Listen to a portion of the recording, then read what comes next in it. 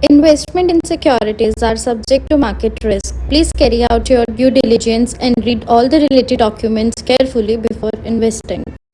Channel को subscribe करना ना भूलें और हमारे ताज़ा वीडियो सबसे पहले देखने के लिए बेल आइकन को दबाएं।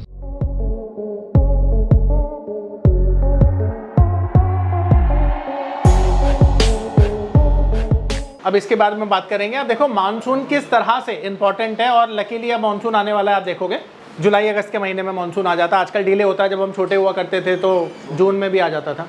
अब आपको मैं एक जानकारी देना चाहता हूं जो आप सबके पास होनी भी चाहिए। पहली चीज़ ये कि जब हम आज़ाद हुए थे यानी 1947 में, तो एग्रीकल्चर का जो हमारा कॉन्ट्रीब्यूशन था ना वो 72.1% का था एग्रीकल्चर से। हमारी कंट्री में एग्रीकल्चर के अलावा जो काम होते थे वो बहुत छोटे स्तर पर होते थे, इसीलिए एग्रीकल्चर का कंट्रीब्यूशन कितना था। अब मुझे एक बात बताओ कि इतना बड़ा कंट्रीब्यूशन अगर एग्रीकल्चर से आ रहा है तो हमारी कंट्री जो है वो कैसी है, डेवलपिंग है, क्योंकि वो कंट्री डेवलपिंग होती है जो एग्री बेस्ड होती हैं। अब ये सिचुएशन अच्छी है या बुरी है बताओ। यहाँ पे अधिकतर लोगों के पास ज़मीनें हुआ करती थी, वो खेती करते थे, उसी से उनका भरण पोषण होता था। करने के लिए काम बहुत कम थे, नौकरियाँ बहुत कम हुआ करती थी। और अब हालात क्या है, अब हम जी रहे हैं 2024 में। अब 2024 में इसका जो कंट्रीब्यूशन है वो 18% का हो गया, यानी गिरकर कम हो गया है। अब आप बोलेंगे कि अगर ये कम हो गया है तो सर ये तो बड़ी अच्छी बात है, क्योंकि हमारा जो सर्विस सेक्टर है और हमारा जो सेकेंडरी सेक्टर है वो काफ़ी इंप्रूव्ड हो गया और इसीलिए हम डेवलप्ड कंट्री बन चुके हैं। तो अपने आप को डेवलप्ड कहलाना तो अच्छी बात है, अचीवमेंट वाली बात है। तो ये बुरी सिचुएशन तो नहीं हो सकती, पर इसका इम्पैक्ट ना बहुत एडवर्सली पड़ता है अगर ये कंट्रीब्यूशन किसी भी तरह से 18 से गिर के 17 या 16 हो जाए। और वो कब होगा, वो तब होगा जब देश में मानसून जो है वो कम आएगा। अब हमारे देश में अधिकतर जो किसान हैं उनके पास छोटी ज़मीनें हैं, छोटी ज़मीनें। अब वो छोटी ज़मीनों की वजह से उनके पास इरिगेशन फैसिलिटी नहीं है, बेचारे गरीब हैं, क्या करें। अब वो मानसून के ऊपर क्या रहते हैं, रिलाय करते हैं, निर्भर रहते हैं। और मानसून अच्छा नहीं आने की वजह से उनकी खेती डिस्टर्ब हो जाती है, जिसकी वजह से खेती नहीं होने की वजह से जो हमारी क्रॉप है वो कहीं ना कहीं कम होगी, और कम होगी तो हमें जो देश में ज़रूरत है वो पूर्ति नहीं होगी उसकी। और देश में जब उसकी पूर्ति नहीं होगी डिमांड की, तो हम क्या करेंगे, हम इंपोर्ट करेंगे। और इंपोर्ट करेंगे तो वो चीज़ें महंगी हो जाएंगी, और महंगी होने की वजह से देश में इन्फ्लेशन हो जाएगी। और इन्फ्लेशन देश को इसलिए पसंद नहीं है क्योंकि इन्फ्लेशन जब बढ़ती है तो आरबीआई इंटरेस्ट रेट बढ़ा देता है, जो मार्केट को पसंद नहीं आता है। तो मॉनसून डायरेक्टली इनडायरेक्टली इन्फ्लेशन को क्या करता है, इम्पैक्ट करता है, और इम्पैक्ट करने से मार्केट पे इसका डायरेक्ट इम्पैक्ट आता है। तो इसीलिए मॉनसून अच्छा आना बहुत अच्छी बात है। अब इसका मैं एक फंडा दे देता हूँ आपको। देखो मॉनसून को ना आप परसेंटेज में प्रिडिक्ट करते हो, तो अगर 100% मॉनसून है तो ये अच्छा माना जाएगा, 100 के ऊपर है तो और अच्छा माना जाएगा, पर 105 के ऊपर नहीं जाना चाहिए। ज़्यादा बारिश भी खतरनाक होती है ना। हाँ, तो ये 100 के आसपास जितना रहता है अच्छा माना जाता है, 98 के नीचे बुरा मानसून होता है। तो अगर मान लेते हैं ये गुड है और अगर 98 है तो ये बैड है, ठीक है, 98 97 ये बैड रहेगा। तो अब इसकी प्रेडिक्शन आप देखेंगे बहुत सारे जो एजेंसीज है वो करती रहती हैं, तो इस बारी तो 100 से ऊपर की गई है, तो वो अच्छी बात है। तो इसका इम्पैक्ट मार्केट पर कैसे आएगा वो समझ लो। पहले तो मैंने समझा दिया, इन्फ्लेशन डायरेक्टली होगी। दूसरी चीज़ ये समझो कि अगर मॉनसून अच्छा आता है, ठीक है। नमस्कार दोस्तों, क्या आप स्टॉक मार्केट में शुरुआत करने का सोच रहे हैं और क्या आपको यह समझ में नहीं आ रहा है कि आपकी शुरुआत कहां से होनी चाहिए, तो मैं आपको एक ऐसा कोर्स सजेस्ट करने जा रहा हूं जो आपकी लाइफ चेंज कर सकता है। और मैं बात कर रहा हूं NIFM का advance level of smart investor course की, जो आपकी लाइफ चेंज कर सकता है। जी हां, आपने सही सुना, NIFM आपके लिए लेके आया है एक ऐसा शानदार कोर्स जो आपको बताएगा कि किस तरह से आप स्टॉक मार्केट में सक्सेसफुली पैसा कमा सकते हैं। और ये कोर्स है advance level of smart investor. Advance level of smart investor course आपको हर छोटी से छोटी और बड़ी से बड़ी मार्केट की बारीकियों के बारे में जानकारी देता है, और ये सभी जानकारियां आपको इस मार्केट में पैसा कमाने में बहुत ज्यादा मददगार साबित होती हैं। तो इस कोर्स को करने के बाद आप मार्केट में सक्सेसफुल ट्रेडर और सक्सेसफुल इन्वेस्टर बन सकते हैं। अगर मॉनसून गुड होता है तो इसका इम्पैक्ट इकोनॉमी पे कैसे पड़ेगा। देखो, सबसे पहली चीज़, अच्छा मॉनसून आने से जो रॉ मटेरियल कॉस्ट है एफएमसीजी प्रोडक्ट की, देखो FMCG fast moving consumer goods आप सब समझते हैं, इसका जो रॉ मटेरियल होगा अच्छा मानसून आने पर वो सस्ता रहेगा। अगर सस्ता रहेगा तो खाने पीने की चीज़ें महंगी नहीं होंगी ना। पर अगर इसका रॉ मटेरियल महंगा हो गया तो खाने पीने की चीज़ें महंगी हो जाएंगी। महंगी होने की वजह से क्या होगा, इन्फ्लेशन बढ़ जाएगी। आ रही बात समझ में? तो एक अच्छा मानसून इसलिए ज़रूरी होता है। अब इसे दूसरे एस्पेक्ट से समझो, फार्मर के एस्पेक्ट से। अब जो फार्मर है अगर अच्छा मानसून आएगा तो उसकी इनकम हाई हो जाएगी, करेक्ट है ना। हाई इनकम को वो क्या करेगा, स्पेंड करेगा, और ये किसकी इनकम बढ़ जाएगी, एफएमसीजी कंपनीज की, क्योंकि वो प्रोडक्ट खरीदेगा अपने घर के लिए। आप समझ पा रहे हो? तो कंजम्पशन और हो जाएगा। इसका एक और एस्पेक्ट समझो कि इसने जो किसान ने लोन लिया है वो रीपे कर पाएगा, डिफॉल्ट नहीं करेगा, और ये बैंक के लिए अच्छा रहेगा, बैंक्स के एनपीए नहीं बढ़ेंगे। तो ये सारी की सारी चीज़ें पॉजिटिव रहेंगी ना, किसकी वजह से, सिर्फ मानसून की वजह से। तो मानसून डायरेक्टली इस तरह से हमारी इकोनॉमी को इम्पैक्ट करता है। अब क्वार्टरली ओपेक मीटिंग भी होती है।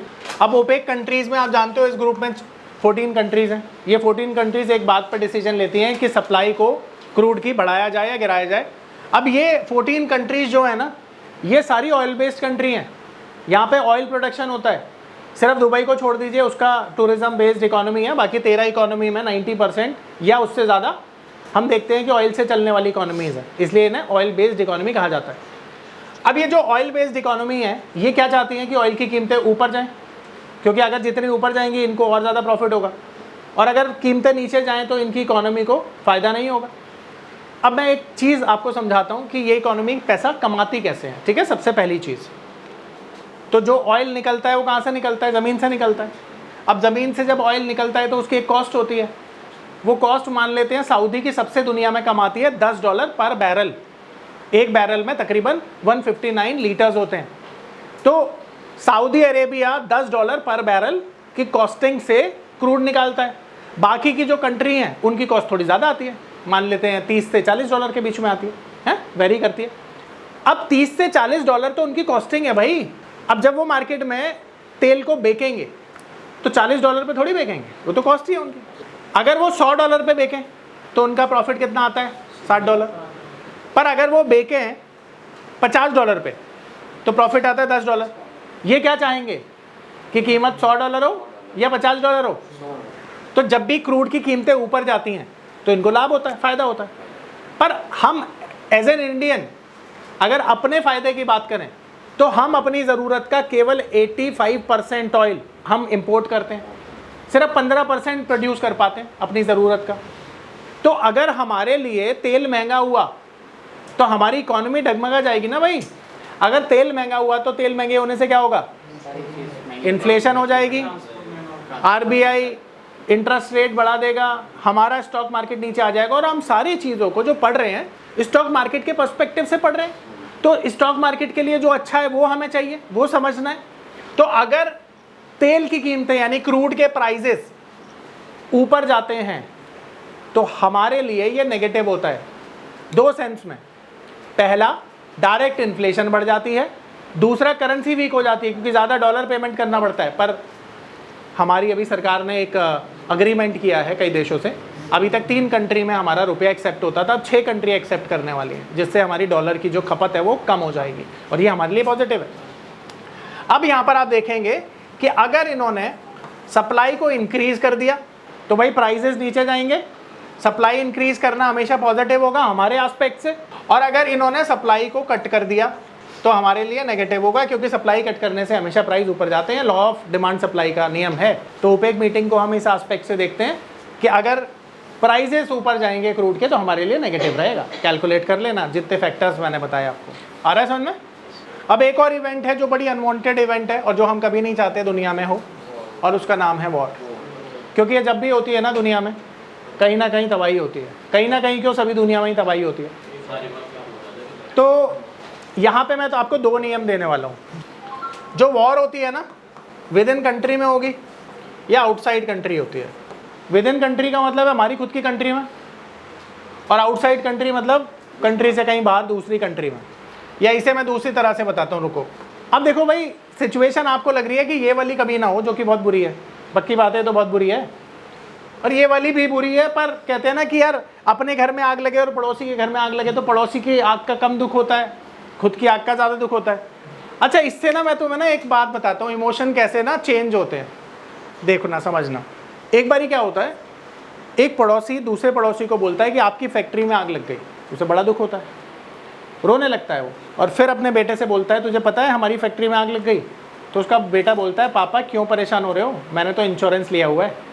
तो पिता बोलता है तब तो कोई दिक्कत नहीं है। सामने से एजेंट का फ़ोन आता है, बोलता है सर आपका ना इंश्योरेंस लैप्स हो गया है। आप समझ पा रहे हो इमोशंस कैसे चेंज हो रहे हैं। फिर पिता बोलता है ये तो गलत इन्फॉर्मेशन थी, आग तो पड़ोसी की फैक्ट्री में लगी है। फिर इमोशन चेंज हो जाते हैं। ये जो इंसान है ना, अपने फ़ायदे को देखकर हमेशा क्या करता है, खुश हो जाता है। और इमोशंस लिटरली ऐसे ही काम करते हैं, ऐसे ही चेंज होते हैं। हमारी लाइफ में भी तो कभी ना कभी कुछ सिचुएशन ऐसी बनती हैं छोटी मोटी, जिसमें हम भी अपने रिएक्शन को परिवर्तित करते हैं। जैसे तेरे दोस्त ने मजाक किया तेरे से, क्या मजाक किया, योगेश तेरे ना 80% मार्क्स आ गए। योगेश खुश हो गया। योगेश ने देखा तो 70% थे। योगेश ने बोला तूने झूठ क्यों बोला मेरे से। हाँ, होता ही है भाई, मेरे साथ भी हुआ है। लड़के तो ऐसे ही होते हैं, करते हैं ऐसा। तो देखो भाई, जब अदर कंट्री में वॉर होती है तो भी इम्पैक्ट पड़ेगा हमारी कंट्री के स्टॉक मार्केट पे। और क्यों पड़ेगा, क्योंकि मैंने कल आपको बताया था दुनिया एक परिवार है। उस एस्पेक्ट से आपको क्या करना है, कोरिलेट करना है। और भगवान ना करे कभी ये सिचुएशन बने, ये तो बहुत ही बुरी सिचुएशन है। अब मैं आपको ना केस स्टडी से समझाऊंगा ताकि आपको समझ में आए कि भगवान ना करे कभी ऐसी सिचुएशन बने तो आपको क्या करना है। देखो, आप सबको याद होगा 1999 में हमने कारगिल में पाकिस्तान के खिलाफ हमारी लड़ाई हुई थी, जिसमें बहुत सारे सैनिक मरे थे और हमारा तकरीबन 3.5 लाख करोड़ का नुकसान हुआ था उस समय पे। और ये बहुत बड़ी रकम थी। 65 दिन ये लड़ाई चली थी, जिसमें 3000 से ज़्यादा सैनिक हमारे मारे गए थे। और ये आंकड़ा हो सकता है कि बड़ा भी हो, पर मुझे जितनी इन्फॉर्मेशन है वो बात मैं बता रहा हूँ, मैंने कहीं पढ़ लिया होगा, तो ये आंकड़ा उसके ऊपर बेस्ड है। अब आप सोचो कि इतनी बड़ा नुकसान होना कोई छोटा नुकसान तो है नहीं। तो जब 3.5 लाख करोड़ का नुकसान हुआ तो उस समय के 3.5 लाख करोड़ आज के 10 लाख करोड़ हैं। तो 10 लाख करोड़ तुम समझते हो बजट का कितना बड़ा हिस्सा है जो निकल जाता है। तो किसी भी कंट्री में जब लड़ाई होती है तो उसकी कितनी दुर्गति हो सकती है एक लड़ाई लड़ने पे, ये समझ में आ रहा है तुम्हें। तो फंडामेंटल वीक हो गए ना, 10 लाख करोड़ का नुकसान हो गया किसी कंट्री का तो। और स्टॉक मार्केट रिफ्लेक्शन है किसका, इकोनॉमी का। तो अगर इकोनॉमी डाउनग्रेड हो जाएगी, डीग्रेड हो जाएगी, तो स्टॉक मार्केट कैसे अच्छा करेगा। तो जब भी किसी भी कंट्री के डायरेक्ट लड़ाई इन्वॉल्व होती है कोई भी कंट्री, तो उसका स्टॉक मार्केट निश्चित रूप से क्रैश होता है, 50% तक नीचे जा सकता है वो, अगर फंडामेंटल स्ट्रांग है तब। और स्ट्रांग नहीं है तो 80% भी जा सकता है। तो यहाँ तो एक चीज़ समझ लो कि इस वाली सिचुएशन में अगर तुम्हारा पोर्टफोलियो 10 या 20% रेड है तो समझदारी क्या है, वो 10 या 20% को नुकसान में निकालने में या उसे 90% तक देखने में नीचे जाते हुए, समझदारी क्या है। तो यहाँ पर क्या डिसीजन लेना है, एकदम इमीडिएट तुरंत प्रभाव से होल्डिंग सारी बेच देना या हैच कर लेना इक्वली, किसी भी तरह से हैच कर लेना, इक्वल हैच जिसे कहते हैं। यह समझ में आया क्या करना है। अब यहाँ पर समझ लो, यूक्रेन और रशिया की लड़ाई आज तक चल रही है पिछले 2 सालों से। अब यूक्रेन रशिया भी दुनिया को इम्पैक्ट कर रहा है। कैसे कर रहा है, आप जानते हैं कि रशिया दुनिया का सबसे बड़ा क्रूड ऑयल एक्सपोर्टर और गैस का एक्सपोर्टर है, दुनिया का सबसे बड़ा। अब वो दुनिया में क्रूड ऑयल के प्राइस, गैस के प्राइसेस महंगे कब हुए, लड़ाई के बाद ही तो हुए। अब जब तेल और गैस महंगा हो जाएगा तो डायरेक्ट इन्फ्लेशन बढ़ जाएगी ना, जिसकी वजह से 2 सालों में दुनिया में इन्फ्लेशन बढ़ी। अब जो यूक्रेन है वो वीट का बहुत बड़ा एक्सपोर्टर है। आपने देखा होगा वीट के दाम पिछले 2 सालों में डबल हुए हैं, ग्लोबली देख लो। तो इन्फ्लेशन बढ़ने का रीजन दुनिया में पिछले 2-2.5 सालों में क्या रहा, यूक्रेन और रशिया की वॉर। अब रशिया का मार्केट तो 90% तक क्रैश हो गया था इस लड़ाई में, अब तो रिकवर कर गया है, पर एक टाइम पे क्रैश कर गया था 90%। तो आप समझ में आ रही है आपको बात कि डायरेक्ट जो लड़ाई कर रहा है देश, उसका स्टॉक मार्केट तो क्रैश हो गई होगा। और जो बाकी की कंट्री हैं वो भी अछूती नहीं रहेंगी, क्योंकि दुनिया एक परिवार है, परिवार का कोई भी सदस्य परेशान होगा दूसरा बंदा भी परेशान होगा। ये वॉर में आपको डिसीजन लेना है। अब यहाँ पर दोबारा से आ जाता हूँ, 1999 में जब कारगिल वॉर हुई थी तो हमारा जो निफ्टी था 2000 के आसपास था, और ड्यूरिंग लड़ाई ये 1100 तक गिर गया था। और फिर जब लड़ाई शांत हुई, सारी चीजें बैक टू नॉर्मल हुई, दोबारा से ये 2000 जाने में टाइम नहीं लगाया इसने, महीने 2 महीने में ही पूरी रिकवरी आ गई। तो यहाँ पे अगर आपने पोजीशन को एग्जिट किया होता तो आपका पैसा बच जाता, और उस पैसे से यहाँ तक आते आते शेयर बहुत सस्ते दामों पर मिलते, तो आपकी परचेजिंग पावर बढ़ गई ना। टेक्निकली जो शेयर 100 रुपये का था आपने 80 रुपये का बेच दिया, पर वो आपको थोड़े टाइम बाद मिल रहा है 40 रुपये का, तो आपकी परचेजिंग पावर तो डबल हो गई और पैसे की रिकवरी बहुत फास्ट हो गई। अगर यहाँ पे इन्वेस्टमेंट के लिए पैसा बचा पाए तो आपको ऐसी सिचुएशन में ऐसे डील करना है। आ रही मेरी बात समझ में?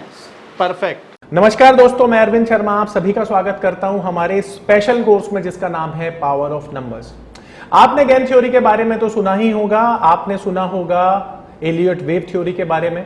यह दुनिया की सबसे तीसरी ऐसी बड़ी थ्योरी है जिसे हमारी टीम ने 10 सालों की कड़ी मेहनत के साथ डिकोड कर लिया है।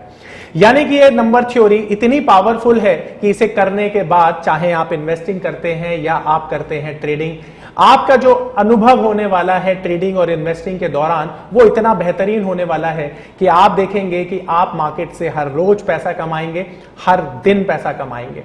ये पावर ऑफ नंबर थ्योरी इतनी बेहतरीन थ्योरी है कि इसे करने के बाद आप एक अलग अनुभव करेंगे और आपको लगेगा कि शायद इसी चीज की आपको तलाश थी। बहुत सालों की ट्रेडिंग के बाद, इन्वेस्टिंग के बाद आपको शायद ऐसे प्रोडक्ट की जरूरत थी जो मार्केट में आपको वो कॉन्फिडेंस दे पाए, जिस कॉन्फिडेंस के साथ आप रोज पैसा कमा पाए और जितना आप चाहें उतना पैसा कमा पाए। तो हमारी ये जो पावर ऑफ नंबर थ्योरी है ये आपको आपकी सभी इच्छाओं को पूरा करने के लिए है। और आप देखेंगे कि इस थ्योरी को करने के बाद जो आपका कॉन्फिडेंस है, आपकी जो एक्यूरेसी है, आपकी जो क्षमताएं हैं मार्केट से पैसा कमाने की, वो बहुत ज्यादा बढ़ जाएंगी। और आप देखेंगे कि जो आपने आज से पहले अनुभव नहीं किया था अपनी ट्रेडिंग के दौरान या इन्वेस्टमेंट के दौरान, आप इतना बेहतर अनुभव करेंगे इस कोर्स को करने के बाद।